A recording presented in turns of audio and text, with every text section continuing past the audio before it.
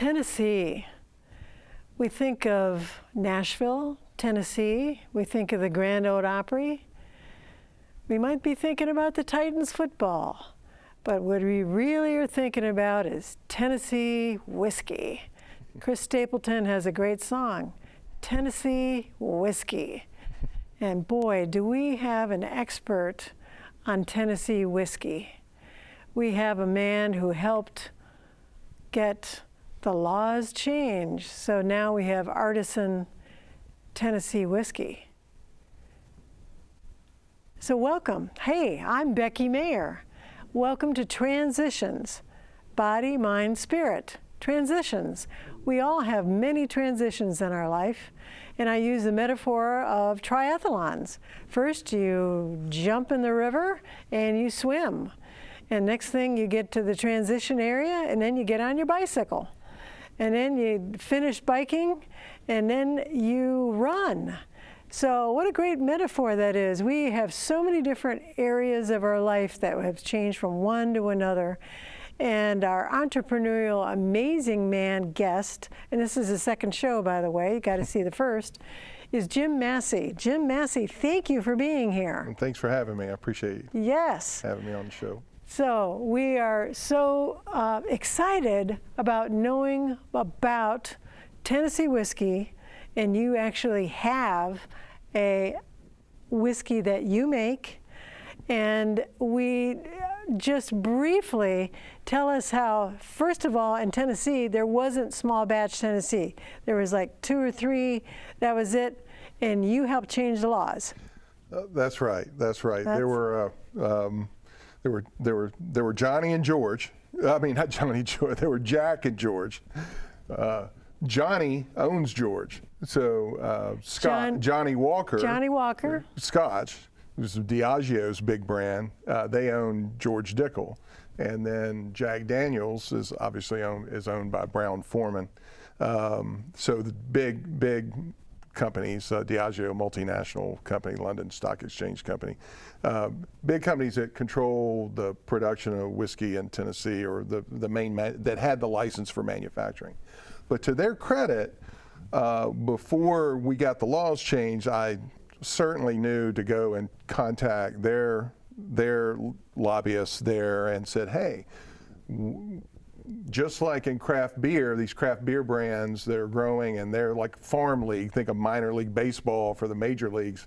The craft beer brands were developmental brands that then the big guys could come in and buy out. Right. And so as we talked to, I went to the Discus rep and said, hey, this is a good thing. Will you support us in launching craft distilling in Tennessee?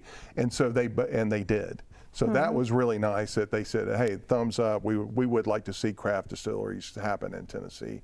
So they didn't actively lobby for us, but they didn't actively lobby against us, which was really good. So we were able to, and to put that in perspective, Jack Daniels had actually had leased the Acme Feed building downtown. Downtown in Nashville. Most people don't know that.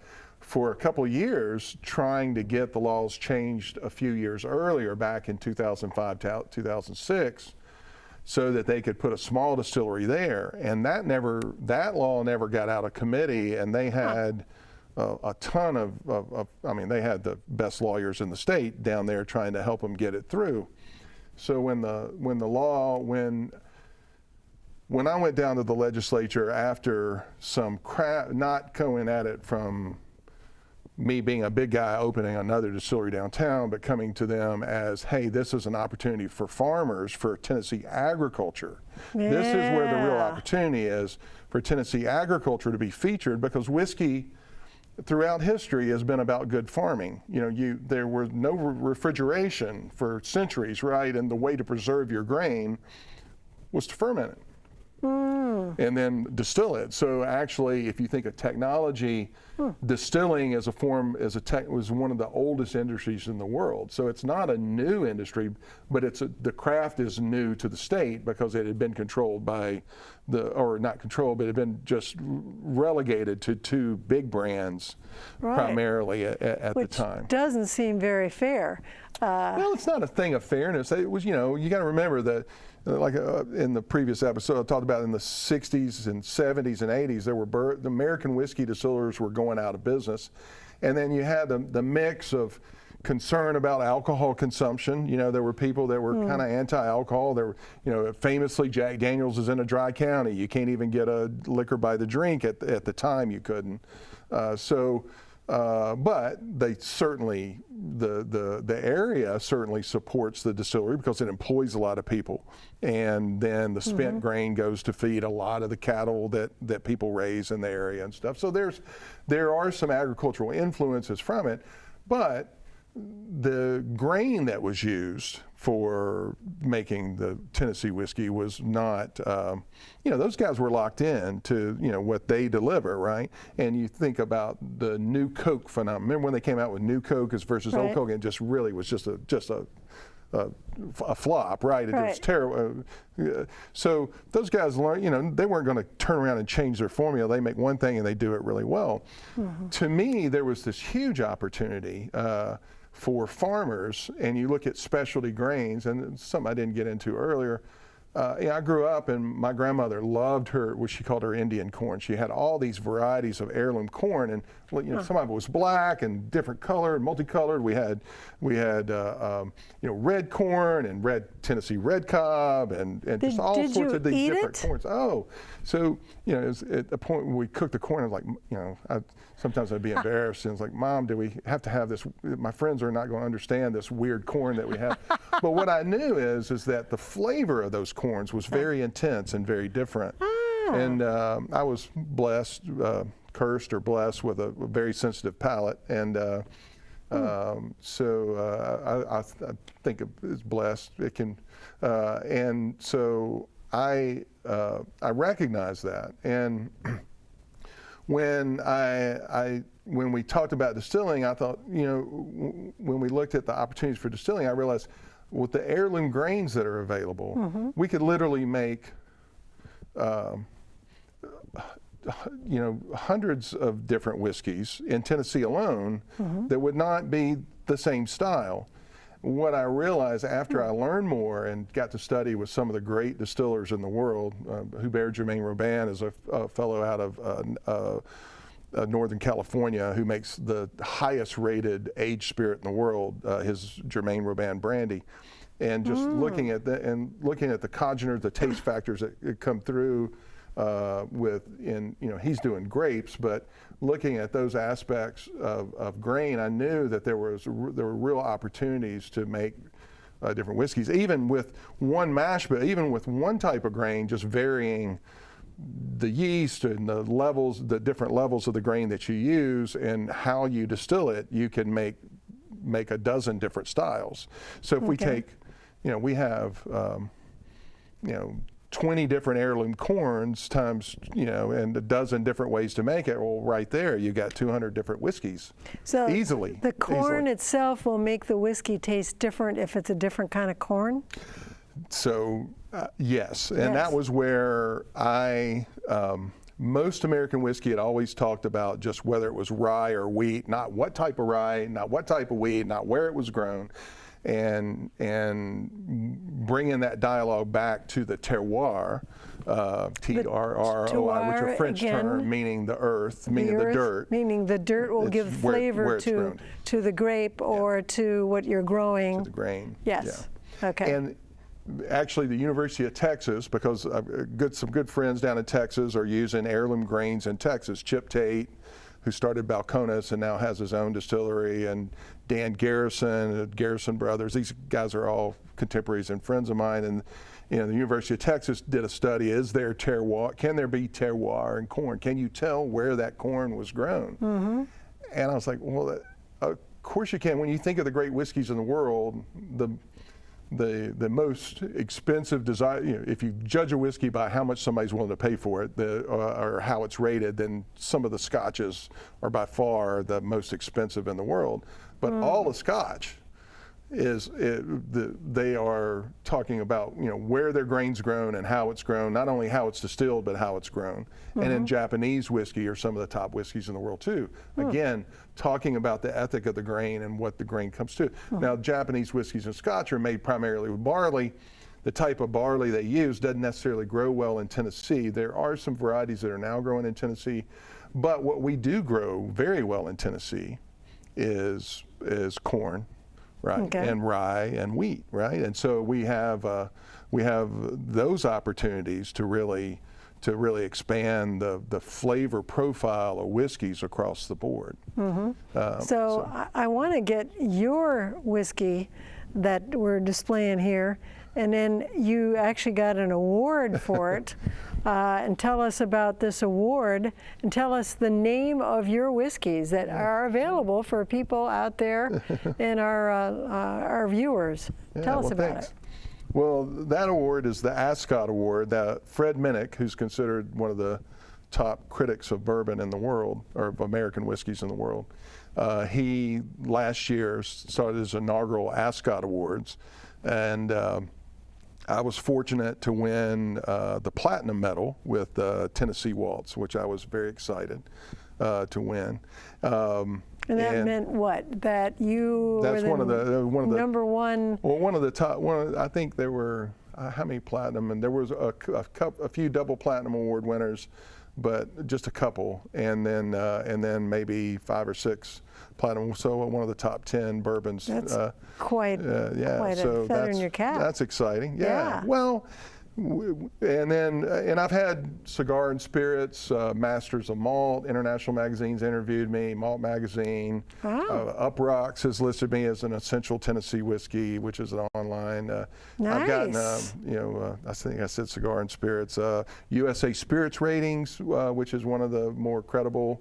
They've given me gold medals for all 3 of my spirits that I make. And wow. yeah, so I've got a passel of medals, which are fun to get, but what really is, what I am really excited about is, how getting people turning on into getting them into a new level of appreciation for where what's the grain and what's the grain behind the whiskey, because it really hadn't been part of the dialogue.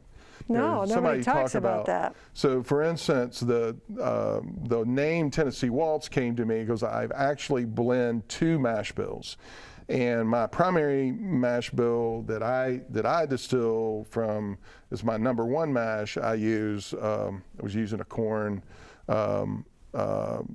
based on it's Wapsie Valley corn, which is. Do you an have heirloom some grain. samples of that? I've got an ear of this.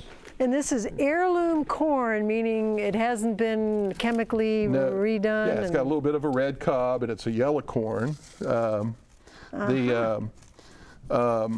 So heirloom means that it is an you can have a hybrid that's all natural, but it's it's a singular variety of corn that's been around for a while, that's been around naturally for a long time. Right. And then and it's open pollinated, which means you don't have to pay anyone for your seed.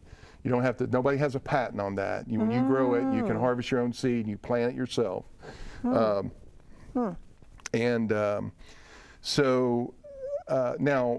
you say, well, I wonder why more farmers don't plant that. Well, the heirloom, they haven't been hybridized to increase their yield. So if you have 20 acres and you want to get a lot of yield, and you're only getting a few cents a pound, well, then you go to a hybrid corn that then has more yield per stalk and more yield per acre.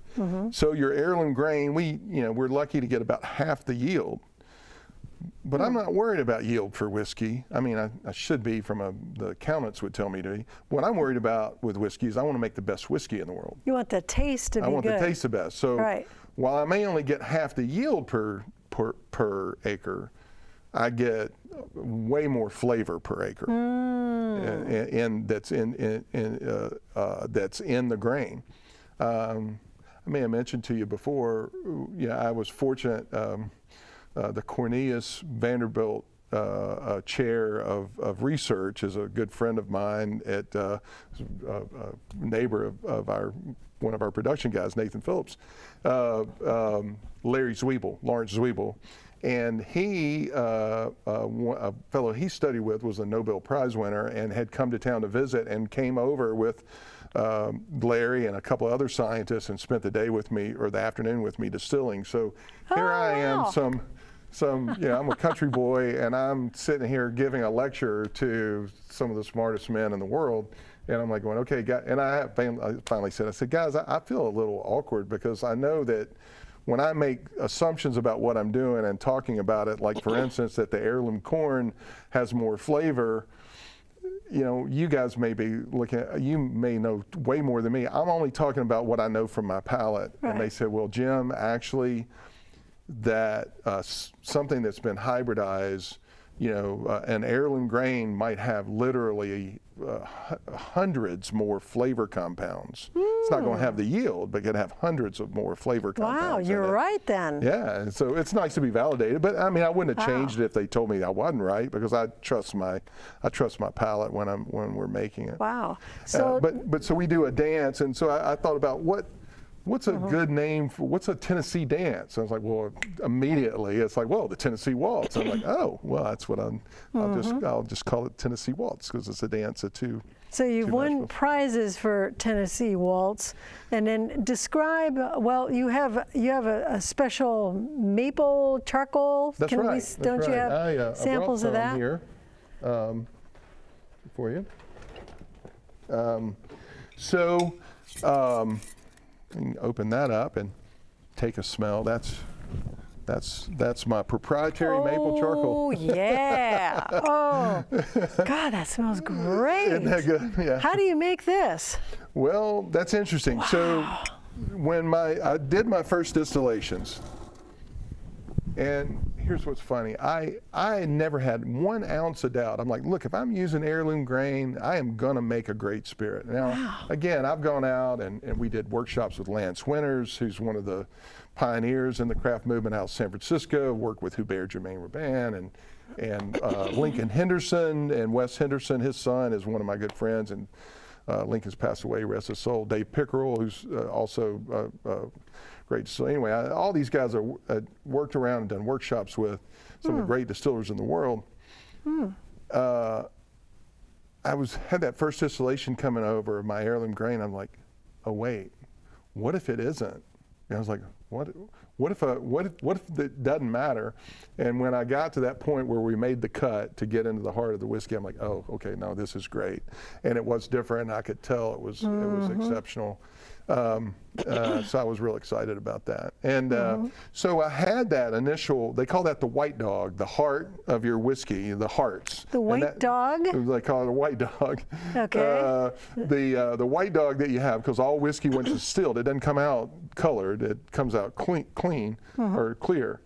And I was like, well, wow, this is beautiful in and of itself. I'm like, but for Tennessee whiskey, it's got to go through the Lincoln County process, which is very important, Lincoln County process, and which is be filtered through maple charcoal, which is called a charcoal mellowing process. Just so happens that my great grandfather planted maple trees at our farm for every child. That he had 11 maple trees around the house. So the farm down there, we have hundreds of maple trees across the farm that have propagated over the years, decades. The family farm. So a family farm. So when I needed to get maple charcoal, who did I call? I called Larry up at Vanderbilt, and I said, Larry, how do I make my own charcoal? Because you can't go to the store and buy food grade charcoal. And I knew how Jack Daniels did it, and they bought trees and had them sawed up into 2x2 cubes and then burned it, and it's very interesting, but that's on a kind of a massive scale. And he sent me I guess he sent me a couple of articles, but from that I just went down and harvested some storm damaged limbs that we had, and then from my experience of learning, I literally learned to barbecue the right way in the fields outside of Memphis when I was a in college, one of my teammates was Dunn Mask, Billy Donovan's nephew, and they had a cotton farm outside of Memphis, and we went out there and we would smoke a whole hog, and learning the guy that really knew what he was doing, that worked for Dunn and the Adel, said, look, you got to take the bark off. Don't put any bark in there. The bark's bitter. And I knew that when we got those coals, to get those coals, you didn't want the bark in there. So I pull the bark off my limbs, and then I put it in the fire and literally reach into the fire while the logs are burning, and then shock it into pure water and creates a microfracture on my charcoal. So I have I just gave the secret away for how I make my charcoal, but but it ends up creating so I made it, and I came through and said, well, I don't have to go. It doesn't say how much. I only have to go through a little bit. So I literally had like a cup. I was like, well, let me just drip it through this cup and see. It's like, oh, wow, that actually didn't take away any flavor. That actually added flavor to it. Another thing that I vetted when I told the Nobel Prize winner and Larry, the scientists that were there, I was like, well, this is what happened, and I felt like it had more flavor. And again, they said, well, the carbon atoms would bind the fusel oils, which will make it smoother, but there's actually a lot of compounds in that maple charcoal that then would infuse into the whiskey itself. And so you're absolutely right. So what I've done is, so with making my own charcoal, I kind of stumbled onto it, and then I experimented with it up to 12, 14 feet of charcoal going through it. So I found what I really felt like was right, and that's about 4.5 feet of charcoal, dripping it through. About 4.5 feet of charcoal is really my sweet spot for what I use now for my whiskey. So where is your distillery? Well, I am a gypsy. So I've helped a number of distillers get started, and then now I'm working with the guys at Corsair. So I go down, and then I get access to. And Corsair is a local company in Nashville, and they make spirits. Yeah, and Tyler Krause, their head operations guy, a great guy, grew up not far in Columbia, Tennessee, so we speak the same language. And then, of course, Derek Bell is a good friend and one of the initial distillers. He was down when we helped get the laws changed as well. And Derek's been really, really good to me to let me come in and use their equipment. So I've been able to focus on going out and getting the farmers and getting my grain grown the way I want to. So we're now at the point where we're ready to, well, let me say, I also have access to more capacity than I ever dreamed that I would have. So I've actually done some distillations on some even bigger stills last year, and we're going to be doing some more this year. So that's and the great thing is that my farm network, where I was having to kind of beg for 10 acres here and 10 acres there to get the guys to grow it and I have a consistent product. Now I have, to full circle, the farmer in Clarksville, Teeter Farm, who happens to be part of Robert Penn Warren's family. Some of his descendants are actually farming my heirloom corn for me.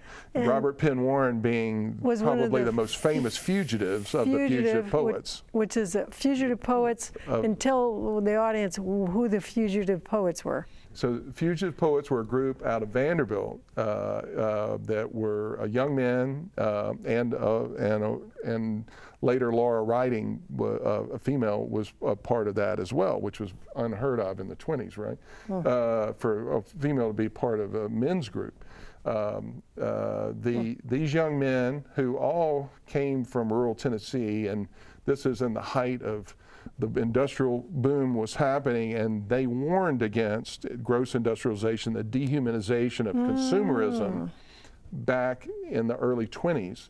And they wanted they said we need to honor the farmer, honor the makers, the people that are putting their soul into products and into their work. And while these men were at Vanderbilt and went on to, there were Alan Tate and John Crow Ransom and Robert Penn Warren were all Rhodes Scholars. They all went on to Oxford as Rhodes Scholars. They are affiliated with some of the great universities, Yale, Harvard. Robert Penn Warren also taught at Rhodes, but then went on to LSU to teach and won 2 Pulitzer Prizes. The only man to ever win a Pulitzer Prize in both literature and poetry. But these men, their foundation came as young men seeing that we were moving away from honoring what our land is about. And so I'd grown up, actually on my mother's side, my grandfather was John Crow Ransom's was raised in the church that my mother was raised in and my grandfather was raised in. My grandfather knew him well, and actually Grand Goussier is one of John Crow Ransom's poems. That's the other one. And that's this one right here, Grand Goussier. And everybody's like, well, what does that have to do with Tennessee? And it's like, well, it's a French term, but John Crow Ransom is considered the greatest poet of Tennessee. But what did he celebrate? He celebrated Tennessee agriculture and said we need to honor the makers. And how do we support we need to support agriculture in the state. And so when I looked at what I was doing as individually and trying to help other distilleries get started, and the whole story was, look, this can be a boon. This is a win-win-win. It's a win because it's a win for the farmers. It's a win to help preserve Tennessee farmland. It's a win for Tennessee business, right, as well. And it's a win for the whiskey consumers because they get more variety as well. Right, and a good quality. And let me ask you before we end here, where can people get this wonderful Tennessee Waltz whiskey? Where can they buy it? Well, we're distributed at a few select stores. I have very limited releases. Yeah. Tell us where. Well, the Cork Dorks sells a ton of me. The Wine Shop. And that's in Franklin? Cork Dorks has Midtown and Green Hills. The Green Hills store sells a lot for me. The airport is my biggest, where we sell the most of it. And the that's airport of Nashville. Isn't that crazy? Yeah, wow. Not that you can go out there to go buy whiskey, but if you're going to visit someone, you want to take them a treat, you can drop, the stores out there carry What a great idea. And we have a few select stores around the state, and we're distributed across the state. We haven't put any money into marketing right now because we're building up our inventory and we're really selling everything that I bottle already. It seems like it. Yeah. So from a rare whiskey, we don't market ourselves as rare we're really a rare whiskey. We're not a small batch. We're not even a very small. We're a nano batch kind of product. But wow. We're excited. We'll see. Wow. The awards, they mean a lot. I appreciate those guys that do it, but at the end of the day, it's what somebody individually likes to drink. Yes, and let me say that it's been wonderful talking to you. We could probably do a third show. There's so much to learn about whiskey here. But thank you, Jim Massey, for being with us. Oh, thank you. And stay tuned. There might be a number 3. And thank you to our audience and Transitions, Body, Mind, Spirit. Thank you. All right. That go okay?